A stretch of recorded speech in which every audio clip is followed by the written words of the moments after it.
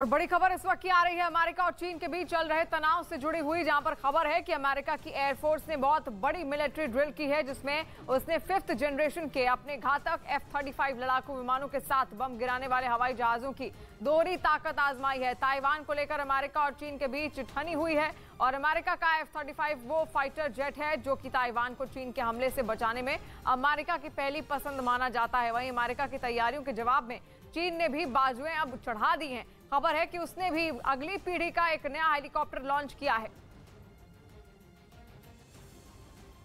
Ukraine के बुचा शहर में रूसी सेना पर लग रहे बर्बरता के आरोपों के बीच संयुक्त राष्ट्र ने रूस पर बड़ी कार्रवाई की।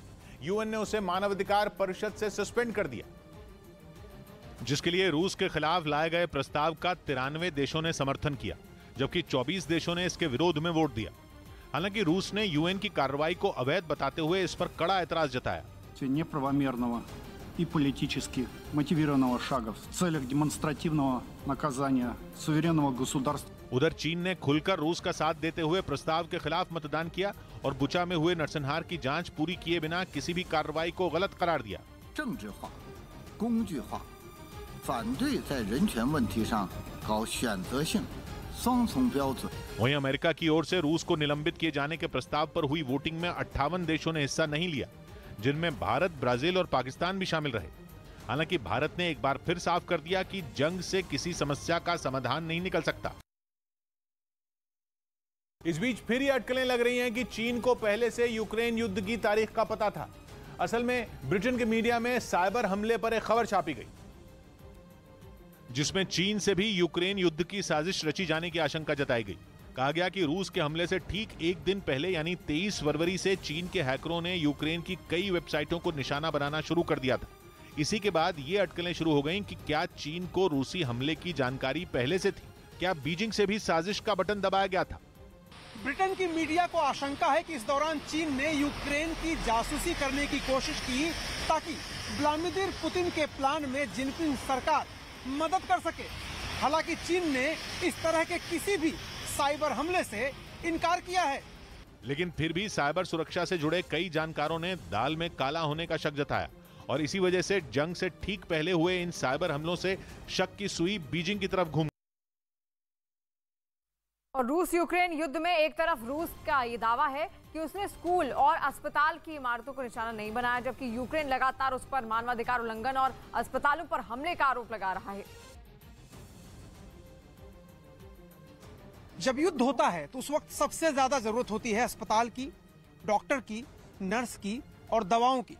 इस वक्त मैं मकरिब में हूं, लेकिन यहाँ पर देखिए ये जो अस्पताल यहाँ का है उस पे इतनी बमबाजी हुई है, इतने हवाई हमले हुए हैं कि इस अस्पताल ने काम करना बंद कर दिया था और जो लोग घायल हो गए थे उनका इलाज भी यहाँ नहीं हो पाया था, क्योंकि रूस की सेनाओं ने यहाँ पर बम बरसाए, यहाँ पर गोले बरसाए, यहाँ पर मिसाइल से हमले किए। और आप देखिए सड़क के बीचों बीच, सबसे पहले तो मैं आपको एक गड्ढा दिखाता हूं जो बम गिरने से हुआ है, और इसी तरह के बम इस अस्पताल के चारों तरफ गिरे हैं, जिसकी वजह से अस्पताल को तुरंत बंद कर देना पड़ा और सारे स्टाफ यहां से चले गए थे।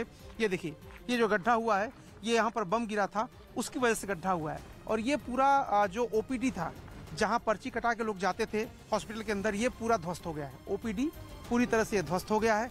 इसके अलावा मेन बिल्डिंग की तरफ अगर मैं आपको लेके चलूँ, ये मेन बिल्डिंग है अस्पताल की। एक भी खिड़की, एक भी दरवाजा इस अस्पताल का, एक भी खिड़की, एक भी दरवाजा मुझे साबुत नहीं दिखाई दे रहा। यानी हर खिड़की और दरवाजे पर डैमेज हुआ है, टूटा है।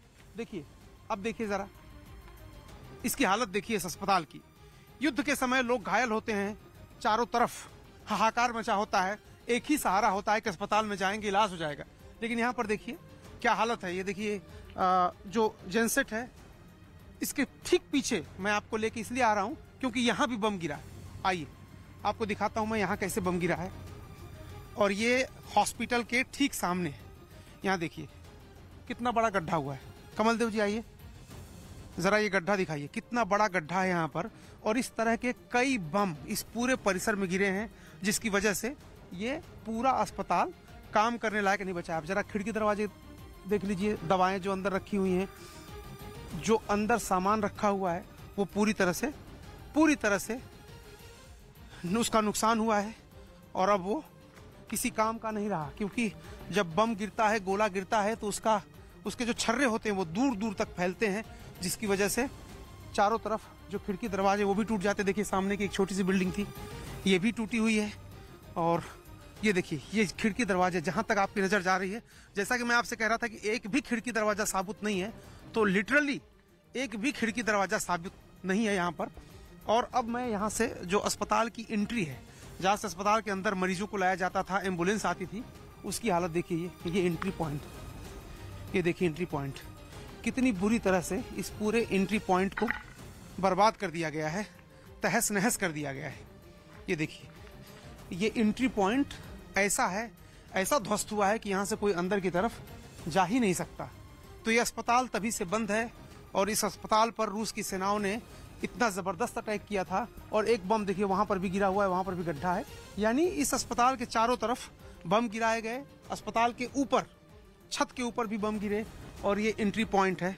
तो अस्पताल में जहाँ तक आपकी नज़र जाएगी, जहाँ भी आप देखेंगे, हर तरफ आपको तबाही ही नज़र आएगी, हर तरफ बर्बादी ही नज़र आएगी। यहाँ लिखा था 24 घंटे, ये इमरजेंसी है, 24 आवर ओपन। लेकिन अब शायद ही इस वक्त कुछ दिनों तक ये काम कर पाए अस्पताल, क्योंकि स्टाफ यहाँ से चला गया है, कोई है नहीं। पूरे इलाके के लोग जो हैं बचे खुचे, उनके इलाज की अब कोई इस इलाके में व्यवस्था नहीं है। तो युद्ध के दौरान अस्पताल जैसे संस्थान पर, अस्पतालों पर हमला करना, ये जाहिर सी बात है कि जो यूक्रेन आज आरोप लगा रहा है रूस पर कि उसने मानव अपराध किया है, युद्ध अपराध किया है, उसका एक उदाहरण ये भी है। कैमरामैन कमल देव के साथ अरुण सिंह, न्यूज़ 18 इंडिया,